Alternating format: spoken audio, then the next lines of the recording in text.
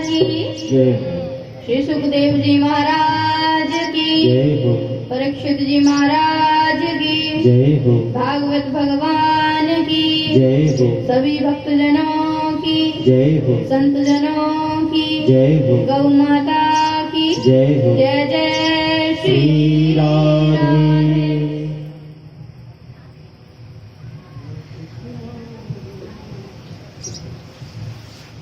श्रीमद् भागवत कथा क्यों सुनी जाती है? जब परीक्षित को यह पता चला कि 7 दिन में वह मरने वाले हैं, तब परीक्षित जी श्री सुखदेव जी महाराज के पास आए और सुखदेव जी महाराज ने उनका मार्गदर्शन किया।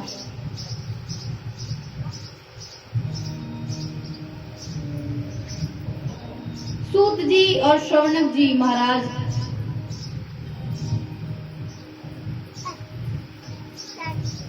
अट्ठासी 80,000 महात्माओं के साथ में नैमिषारण्य की पावन वसुंधरा में इस कथा का श्रवण कर रहे हैं। बैठ जा अरे छोड़ दो महाराज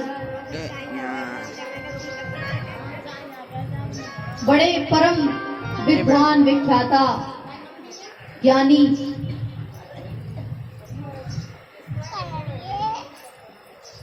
श्री शौनक जी महाराज ने प्रश्न कर दिया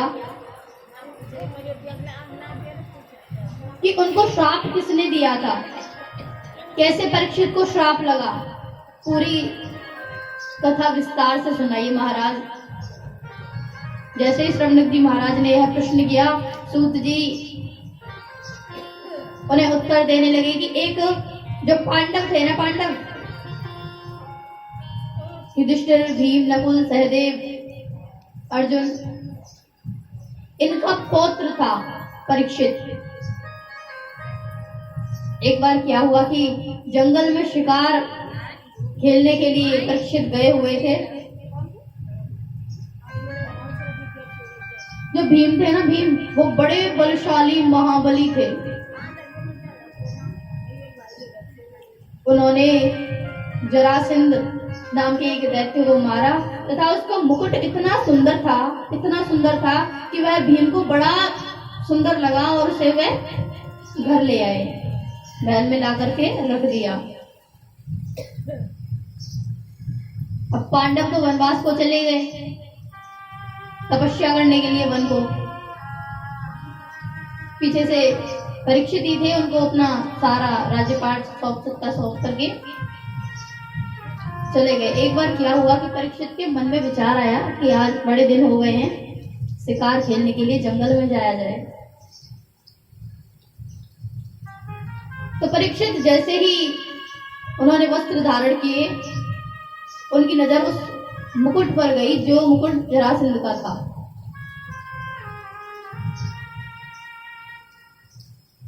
और उसको धारण करके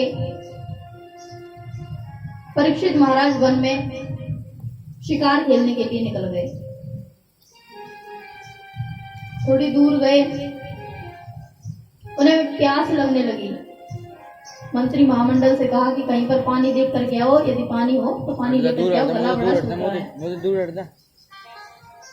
मंत्रियों ने देखा महाराज मंत्रिमंडलों से बिछड़ गए। महाराज काफी दूर चले गए पानी की तलाश करते करते ही। वहां पर एक ऋषि तपस्या कर रहे थे। वहां पर समीप ऋषि का आश्रम था। तो उस आश्रम में जाकर के परीक्षित महाराज बड़े धर्मात्मा थे, बड़े तपज्ञ यशस्वी, बड़ा दान करते थे। तो समीप ऋषि के आश्रम में पहुंचे और जैसे ही समीप ऋषि के आश्रम में पहुंचे तो उनको तपस्या करते देखा। जो महात्मा थे समीप जी, वो तपस्या कर रहे थे। परीक्षित को लगा ये महात्मा कोई तपस्या नहीं कर रहा है। उनके मन में यह विचार आया कि ये तपस्या नहीं कर रहा है, ये मुझे देख करके बैठ गया है तपस्या की साधना के आसन में। और परीक्षित को अपने ऊपर बड़ा अभिमान हुआ कि हम महाराज हैं, हमारा इसने स्वागत सत्कार भी नहीं किया और हमें देख करके बैठ गए तपस्या करने। आज से पहले कभी भी परीक्षित जी को घमंड नहीं हुआ था, कभी भी अभिमान नहीं आया। और उन्होंने क्या किया कि वहां पर एक सर्प मरा हुआ पड़ा था, सांप, उसको उठा करके समीप ऋषि के गले में डाल दिया। परंतु महात्मा फिर भी तपस्या से खड़े नहीं हुए। क्यों? क्योंकि वह सचमुच तपस्या ही कर रहे थे। जैसे ही महात्मन के बेटा थे श्रृंगी ऋषि, जैसे परीक्षित ने उनके गले में सर्प डाल दिया तो जो महात्मा के पास जो उनके सेवा करने वाले थे उनमें से एक गया दौड़ते हुए और श्रृंगी ऋषि को सब कुछ बता दिया, समीप ऋषि के पुत्र को सब कुछ बता दिया कि राजा परीक्षित ने आपके पिता के गले में मरा हुआ सर्प डाल दिया है। कौन पुत्र अपने पिता का अपमान सहन कर सकता है? श्रृंगी ऋषि को बड़ा क्रोध आया। क्रोध में भर करके नर्मदा नदी में स्नान कर रहे थे और नर्मदा नदी में एक अंजलि में जल लिया और उसको प्रत्यक्ष मान के परीक्षित को श्राप दे डाला कि तूने जो मरा हुआ सर्प मेरे पिता के गले में डाला है, आज से 7वें दिन इसी वंश का नाग तुझे डस लेगा, तक्षक नाग।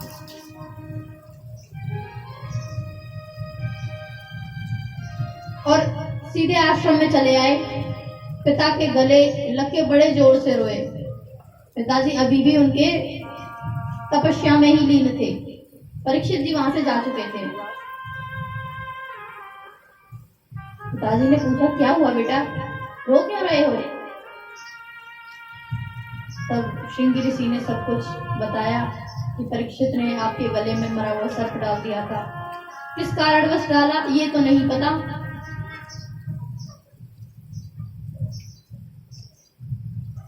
और जब समीप महात्मा को पता चला कि उनके पुत्र ने परीक्षित को श्राप दे डाला है तो उनका बड़ा भय हुआ, बड़ा दुख हुआ कि अब उनके जैसा शासक इस भारतवर्ष को मिल ही नहीं सकता।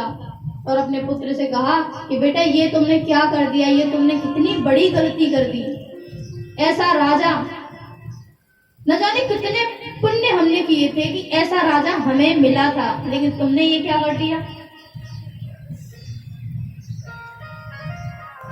और महात्मा ने तुरंत ही एक सेवक को भेज करके परीक्षित जी को सूचित कराया कि आज से 7वें दिन आपकी मृत्यु हो जाएगी। श्रवणक जी सूत जी से प्रश्न कर दिए कि यदि वो जो राजा थे वो इतने धर्मात्मा थे, इतने दानी थे, इतने दयावान थे, तो उन्होंने ऐसा क्यों किया? क्यों समीप महात्मा के गले में वह सर्प डाला? तब सूत जी कहते हैं कि एक बार इससे पहले एक बार परीक्षित जी पहले भी शिकार खेलने के लिए गए थे, तो वह थोड़ी सी दूर पहुंचे। उन्होंने देखा कि एक कसाई एक गाय के पैरों को काट रहा है और उसके 3 पैर कट चुके हैं और एक पैर पर बस गौमाता खड़ी है। पास में उनका एक नन्हा सा बछड़ा था, वो भी रो रहा है। तो परीक्षित ने जब यह दृश्य देखा तो बड़े क्रोधित हुए और उस कसाई से कहा कि ए दुष्ट, तेरा मेरे राज्य में इस प्रकार से अपराध करने का दुस्साहस कैसे हुआ? तू जानता नहीं है ये किसका राज्य है? और जैसे ही परीक्षित उस कसाई को तलवार निकाल करके काटने के लिए दौड़े तो वह पैरों में गिर गया, परीक्षित के पैरों में गिर गया। महाराज, मुझे क्षमा कर दीजिए, परंतु मैं क्या करूं? जो मेरे अंदर गुण हैं वही हैं, ये वही गुण हैं मेरे अंदर कोई गुण है ही नहीं, इसके सिवाय तो मैं करूं क्या? मेरा नाम कलयुग है, मेरा नाम कली है। परीक्षित ने कहा कि तो तुम यहाँ, जब तुम्हारे अंदर ऐसे गुण हैं तो तुम यहाँ कर क्या रहे हो? यहाँ से इस राज्य को छोड़ करके निकल जाओ, चले जाओ इस राज्य को छोड़ करके। कलयुग कहने लगा, महाराज सर्वज्ञ तो आपका ही शासन है, जाऊं तो जाऊं कहां? और आप मुझे अपने राज्य में रहने के लिए, अपने भारतवर्ष में रहने के लिए जगह दे दो। परीक्षित महाराज कहने लगे, तो तुम्हें शर्म नहीं आती? तुमने गौ माता के 3 पैर काट दिए और तुम ये बोल रहे हो कि मैं तुम्हें अपने राज्य में रहने के लिए जगह दे दूं? तेरे प्राणों को बख्श रहा हूं, यही तेरे लिए काफी है, क्योंकि शरणार्थी दुश्मन ही क्यों ना हो, लेकिन जब पैरों में गिर जाए तो उसको जगह दे देनी चाहिए।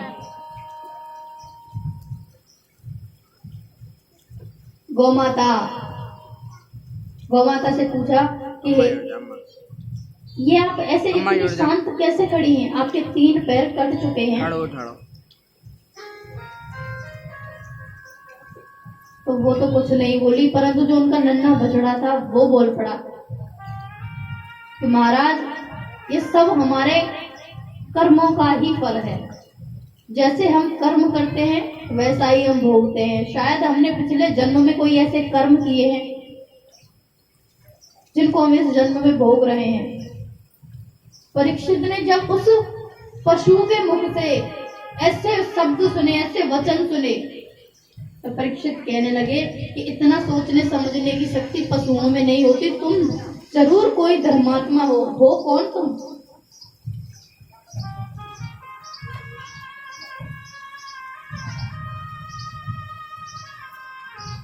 तो वह बछड़ा बोला कि महाराज मैं धर्म हूं।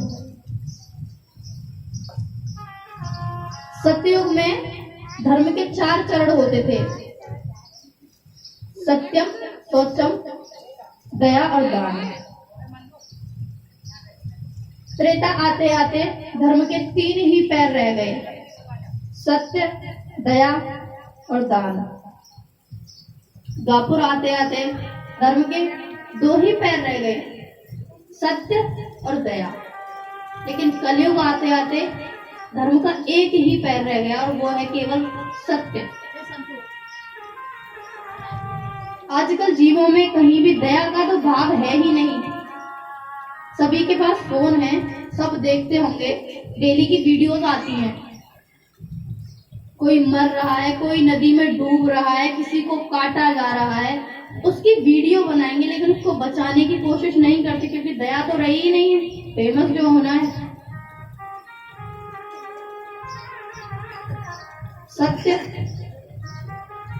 सत्य नाम की कोई चीज है ही नहीं।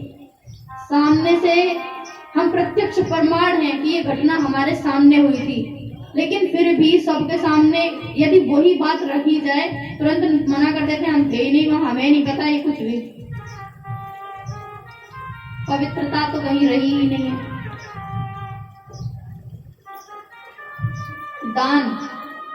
दानी जितना दान नहीं करता उससे ज्यादा दिखावा करता है। यदि किसी को दान करते हैं ना, तब भी वीडियो बनाई जाती है, दान करते हुए दिखाया जाता है कि हाँ हम दान कर रहे हैं। यदि थोड़ा कुछ दान करेंगे, 100 रुपए दान किए ना, तो उसमें 3 लोग तो हाथ ऐसे लगा देते हैं कि हमारा भी इसी में हो जाएगा। तो कुछ भी नहीं रहा।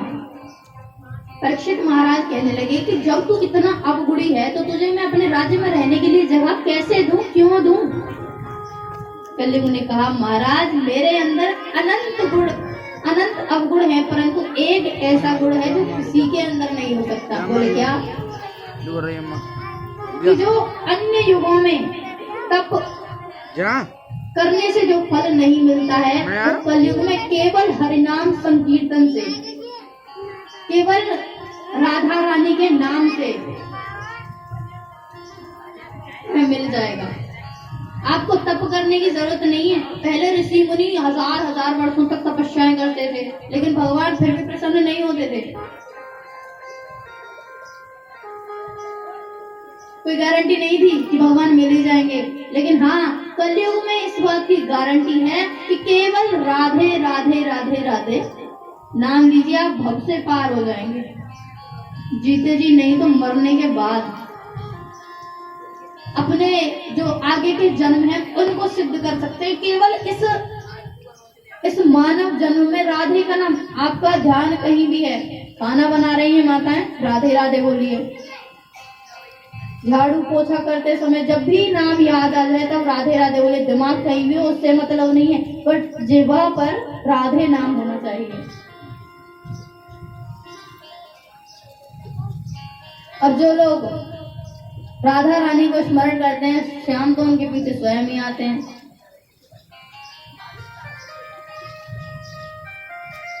और कृष्ण उनके लिए भगवान नहीं, उनके मित्र सखा बंधु बन करके आते हैं। और कैसे आते हैं? फिर भक्त पता है क्या बोलता है? भगवान को भगवान न समझ करके बस अपना दोस्त मानता है, यार समझता है कि का